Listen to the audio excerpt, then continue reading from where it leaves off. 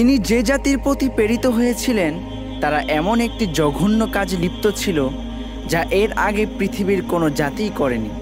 তারা সমকামিতা নামক জঘন্য একটি পাপে লিপ্ত ছিল।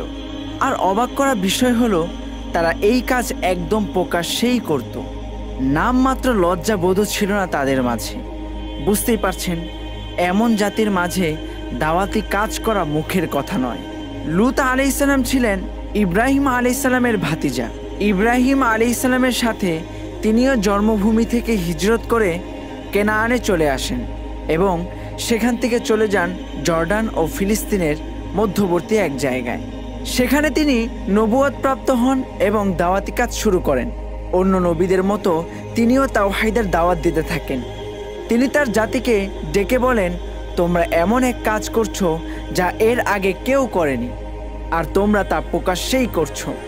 তারা জবাবে বলল, তবে তুমি আযাব নিয়ে আসো। তাদেরকে বারবার বলা সত্ত্বেও তারা মুখ ফিরিয়ে নিতে লাগলো। তারা লূত আলাইহিসসালামকে বলল, তুমি যখন এত ভালো মানুষ সাজতে চাও তাহলে এখান থেকে বেরিয়ে যাও, আর না হলে তোমার রবকে বলো আমাদের উপর গজব দিতে। লূত আলাইহিসসালাম জবাবে বললেন, আমার সাহায্যকারী আল্লাহ। তিনি সবর করলেন আর দাওয়াত দিতে থাকলেন, কিন্তু তারা বিরক্ত হয়ে তাকে হুমকি দেওয়া শুরু করলো। তবুও লূত আলাইহিসসালাম ধৈর্য ধরলেন। তারা যখন তাদের চূড়ান্ত সীমা অতিক্রম করলো তখন তাদের উপর আল্লাহর গজব অবধারিত হয়ে গেল। যে ফেরেশতারা ইব্রাহিম আলাইহিসসালামের কাছে সুসংবাদ নিয়ে এসেছিলেন সেই একই ফেরেশতারা লূত আলাইহিসসালামের কাছে আসলেন তার জাতির জন্য দুঃসংবাদ নিয়ে। ফেরেশতারা এসেছিলেন সুদর্শন কিশোরের আকৃতিতে। লূত আলাইহিসসালামের জাতি তাদের দেখে লোভে তার বাড়ি ঘিরে ফেলল। তারা এদের সাথে অপকর্ম করতে চায় দেখে লূত আলাইহিসসালাম চিন্তিত হয়ে পড়লেন। তিনি তখনও জানতেন না যে এরা ফেরেশতা। লূত আলাইহিসসালাম তার জাতির উদ্দেশ্যে হাত জোর করে বললেন, তোমাদের মাঝে কি একজনও ভালো লোক নেই? তোমরা আমার মেহমানদের উপর রহম করো। কিন্তু তারা তবুও দমে গেল না। লূত আলাইহিসসালাম বললেন, হায়, আমার যদি শক্তি থাকতো। এবার ফেরেশতারা তাদের পরিচয় খুলে বললেন লূত আলাইহিসসালামের কাছে, আর জানালেন খুব শীঘ্রই এদের উপর গজব আসবে, আর তিনি যেন ভোর হওয়ার আগেই তার পরিবার নিয়ে এখান থেকে চলে যান, কিন্তু তার স্ত্রী ব্যতীত।